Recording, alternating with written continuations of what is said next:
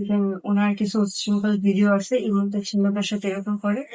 শুধু তাই না, ওনার হাজবেন্ড ফরহাদ বিদেশ আছে বর্তমানে। উনি কিছুদিন আগে আমার শ্বশুর বাড়ি গেছে ময়মনসিং, গিয়ে তার আগের যে হাজবেন্ড, যতটুকু জানতে পারছি তার সাথে তার এখনো সম্পর্ক আছে। তাছাড়া এলাকার কিছু ছেলের সাথে তার এখনো সম্পর্ক আছে। আর এই ছবি আর ভিডিও গুলো হচ্ছে তার হচ্ছে এসআই আফতাব টাকা খাইছে। যদি টাকা না খাইতো, আমি বাদী, আমি আসামি না। আর এসআই আফতাব, আমি একটা অভিযোগ করছি, উনি তদন্ত করতেই পারে, কিন্তু তদন্ত তো আমি যাব না, আমি তো আর পুলিশ না যে আমি তার পিছন পিছন ঘুরবো, আমি তার সাথে যাব। আর সে কিভাবে আমাকে আসামিদের হাতে তুলে দিয়ে সে চলে আসলো?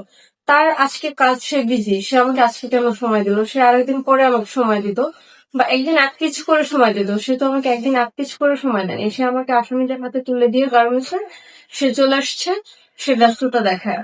তাহলে এটা কি বোঝা যায় না যে সে আসামিদের কাছ থেকে টাকা খেয়ে সেই কাজটা করছে? আর তাছাড়া তল্লামণি যেদিন আমার সাথে এই ঘটনাটা ঘটায়, তল্লামণি নিজে বলছে যে আমি একটা অভিযোগ করছি, অভিযোগের চিঠিটা তুই পারলি না তোর পক্ষে নিতে, তুই তো তোর পক্ষে নিতে পারছ না। এদিকে আমার বোঝা ভুল যে তারা আসামিকে টাকা খাওয়াচ্ছে, কারণ তল্লামণি সে হচ্ছে গার্মেন্টস ম্যানেজার, সে তার গার্মেন্টস নিয়ে থাকবে, সে তো একটা আসামির পিছনে পড়ে থাকবে না, বা আমার পিছনে পড়ে থাকবে না। এখানে তার স্বার্থটা কি? সে কেন আসামির পিছনে পড়ে আছে? আর সেখানে আমাকে মেরে ফেলার জন্য ঘুরতেছে বা আমাকে ধর্ষণ করতে চায়।